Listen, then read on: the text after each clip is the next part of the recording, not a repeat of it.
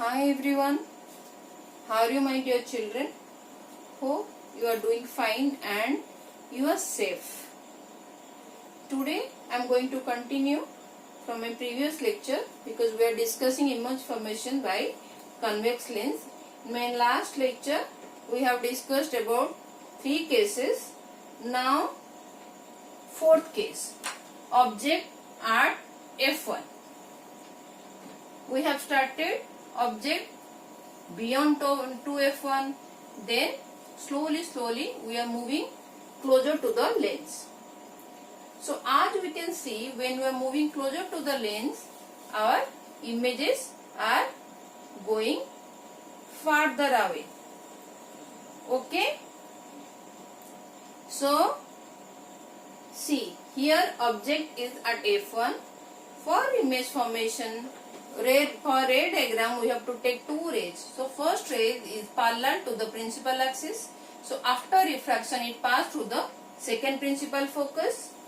Okay, and the second ray passed through the optical center.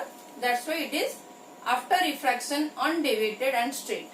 As you can see, these 2 rays are parallel rays. After refraction, these 2 rays are parallel rays.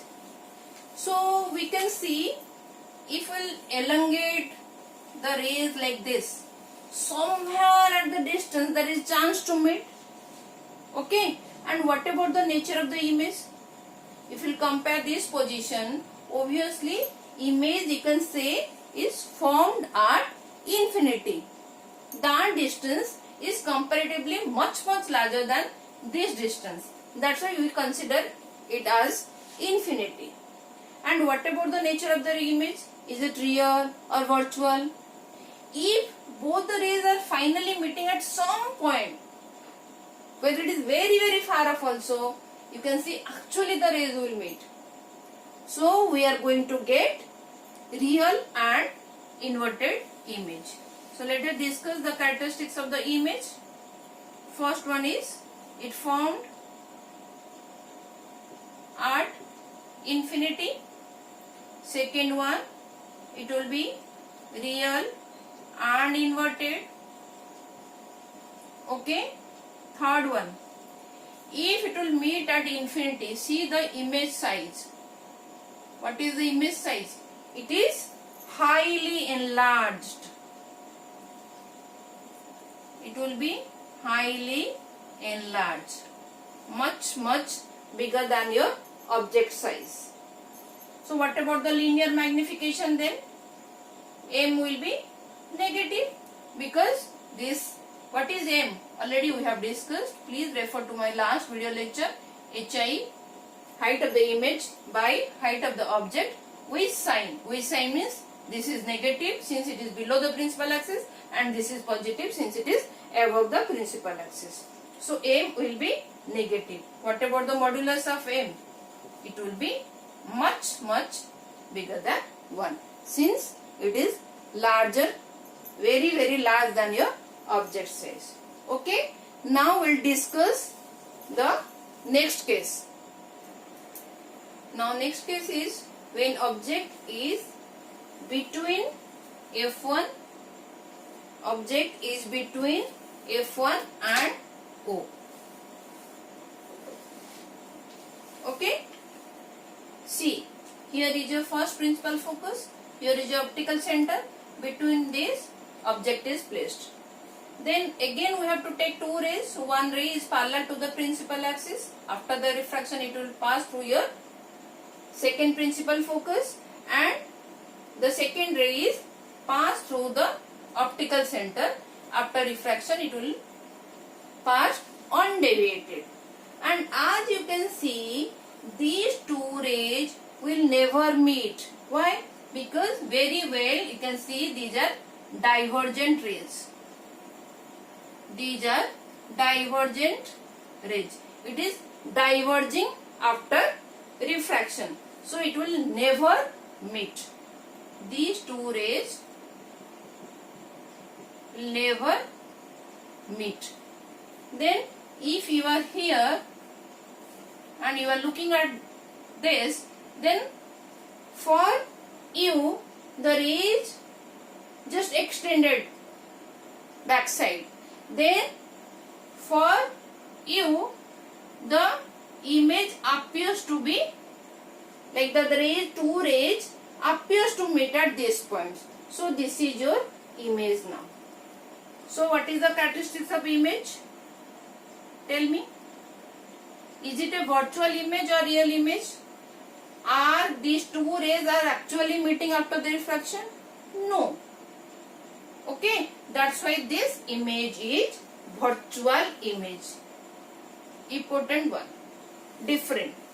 So first, image is formed beyond F1 and on the same side of the object, on the same side as that of object. Interesting. Okay. What about the second point? Tell me. It will be virtual. As you can see, image is formed above the principal axis. So it is virtual and upright, straight. It is not inverted. Okay. So your image is virtual and upright, and it is a enlarged one. And it is a enlarged one. Tell me about the linear magnification. What will the linear magnification? Here it will be positive, as both object and image are above the principal axis. So M is positive and modulus of M is greater than 1. Is it clear, children? Is it clear? So now we are going to discuss about the last case. The last case, that is object is at infinity. Okay? Is at infinity. As we can see, when object is going farther from the lens. Suppose first object is beyond 2f1. Here, this case.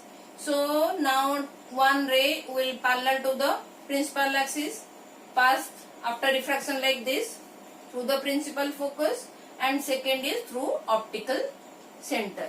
So you can see for this object, image is over here. Now I am moving little farther from this 2f1 also.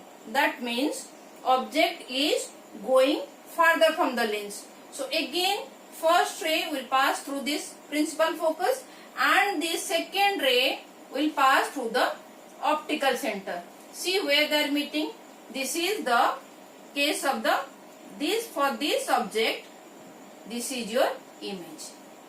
As we can see, when object is going farther from the lens, the image is forming closer to the focus, and size of the image also getting smaller, like this.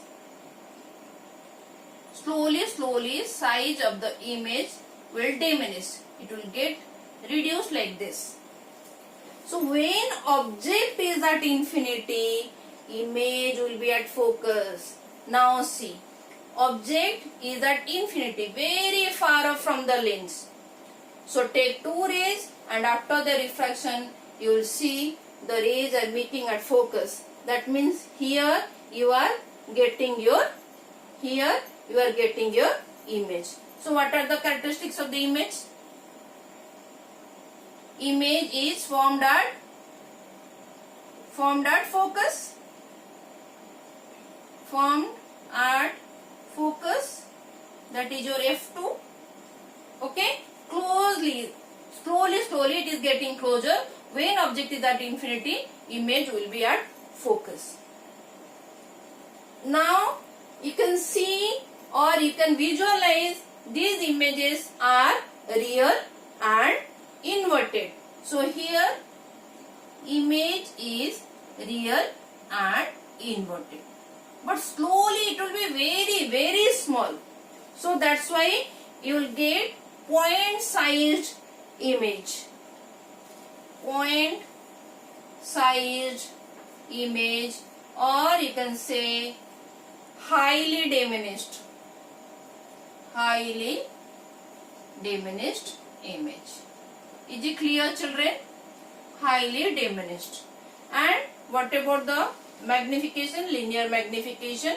M will be negative and it is very less than 1, because M is Hi by Ho. Real and inverted, so negative, because it is negative. Hi will be with the negative sign, but see, the image size is too small.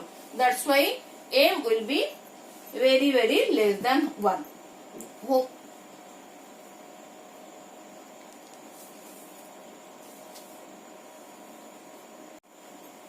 Hope you have understood all the cases of image formation by convex lens.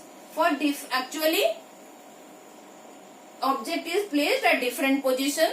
So where you will get your image, what will be the nature of the image, and what will be the size of the image. Okay, any doubt, please leave a comment. Okay, so that I can clear your doubts. In my next video lecture, we are going to discuss image formation by concave mirror. Take care, children. Thank you for watching.